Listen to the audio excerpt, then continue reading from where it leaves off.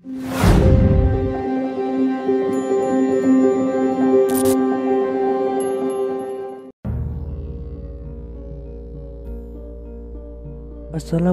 warahmatullahi wabarakatuh. Kembali lagi di channel Nasihat Kehidupan Misteri. Pada video kali ini saya akan membahas tentang bangsa Kalakea, leluhur asli Nusantara.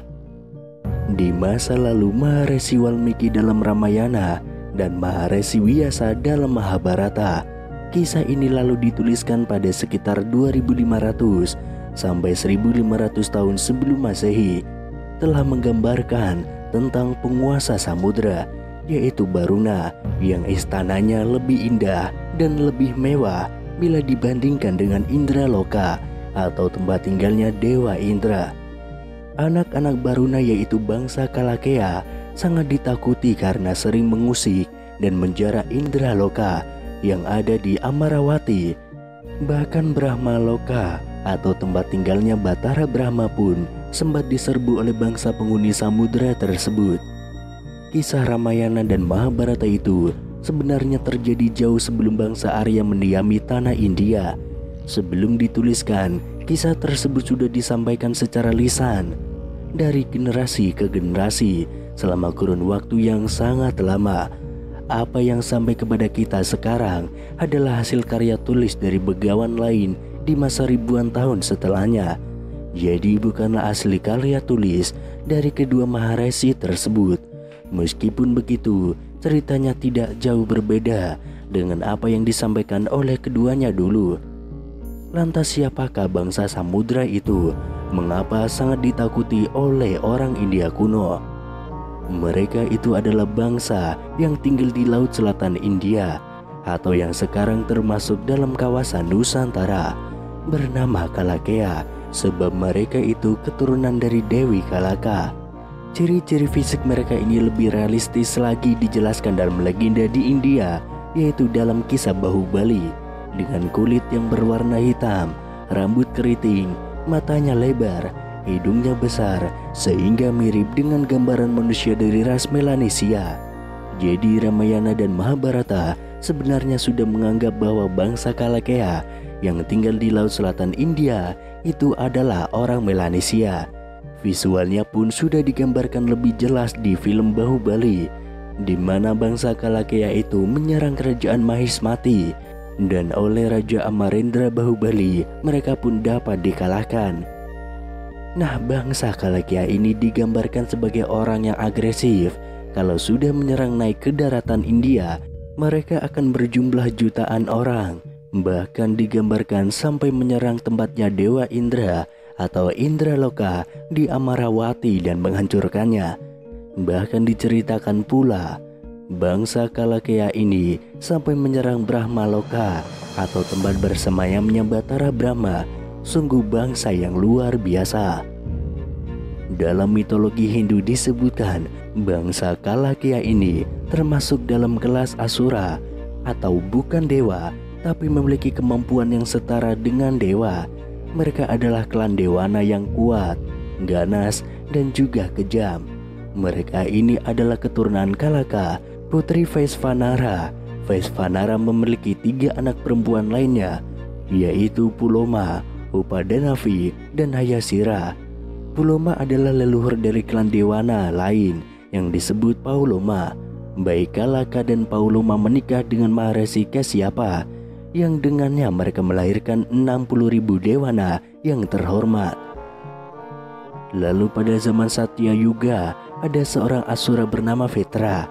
Vetra dan rekan-rekannya para Kalakea berperang dengan para dewa dan menyebabkan mereka sangat menderita.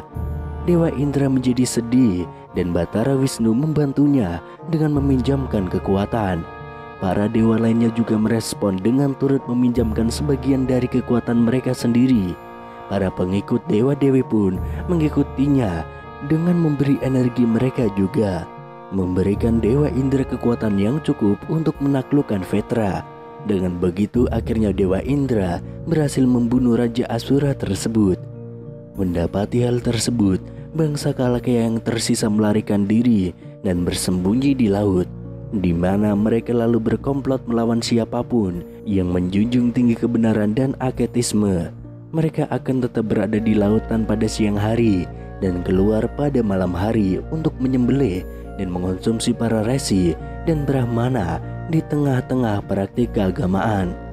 Menanggapi gangguan ini, para dewa mendekati Batara Wisnu dan memintanya untuk membantu mereka. Sang Batara pun menjelaskan bahwa para Kalakya telah menyembunyikan diri mereka di lautan dan tidak dapat dikalahkan dengan mudah. Dia merekomendasikan agar para dewa mencari bantuan Agastya yang bijak untuk mengeringkan lautan, dan Agastya pun meminum semua air di laut sampai menjadi kering. Mengungkapkan bangsa Kalakya yang bersembunyi, para dewa mengepung Asura dengan kemenangan. Mereka yang selamat melarikan diri ke bawah tanah. Lalu setelah Kalakya dikalahkan, para dewa meminta Agastya untuk mengisi kembali samudra, yang dia jawab tidak bisa karena dia telah mencerna airnya. Terkejut oleh peristiwa ini, para dewa pergi ke tempat tinggal Batara Brahma untuk membahas tentang pemulihan laut. Jadi orang India pada masa lalu tetap takut dengan orang-orang yang tinggal di laut selatan ini jika mereka sampai naik ke daratan India. Terlebih orang India itu adalah bangsa daratan, mereka bukanlah bangsa pelaut. Makanya sering menjelaskan tentang bangsa Kalakya itu dengan pandangan yang negatif sebagai pembawa teror, suka menjara, senang berperang, dan anti dewa. Padahal mungkin tidak begitu, hanya rasa takut dan tidak sukanya. Maka orang-orang di tanah India pada masa lalu menggambarkan bangsa Kalakya itu sedemikian buruknya, mirip gambaran iblis yang sangat jahat dan senang dengan kekacauan. Namun begitu, mereka juga menyebutkan nama penguasa bangsa Kalakya seperti Puloma dan Sagara dengan rasa kagum dan penghormatan, di mana istananya berada di Hiranyapura atau kotanya emas.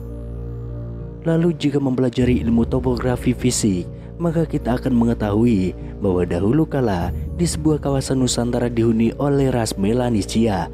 Satu contoh pernah digali di daerah Tulung Agung, Jawa Timur, tepatnya di daerah Wajak, di mana di daerah itu ditemukan fosil-fosil manusia purba yang hidup sekitar 6.000 tahun sebelum Masehi.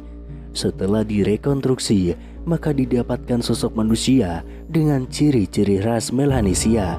Temuan di Wajak itulah yang kemudian dinamakan Homo wajakensis. Artinya, pada masa 60.000 tahun yang lalu di Nusantara, khususnya Pulau Jawa, sudah dihuni oleh orang-orang dari ras Melanesia. Ini sesuai dengan gambaran bangsa Kalakya dalam kisah Ramayana dan Mahabharata dari India. Bahkan orang Jawa yang melek sejarah leluhurnya dulu memang telah mengakui bahwa nenek moyang mereka itu berkulit hitam, mirip dengan gambaran dari ras Melanesia.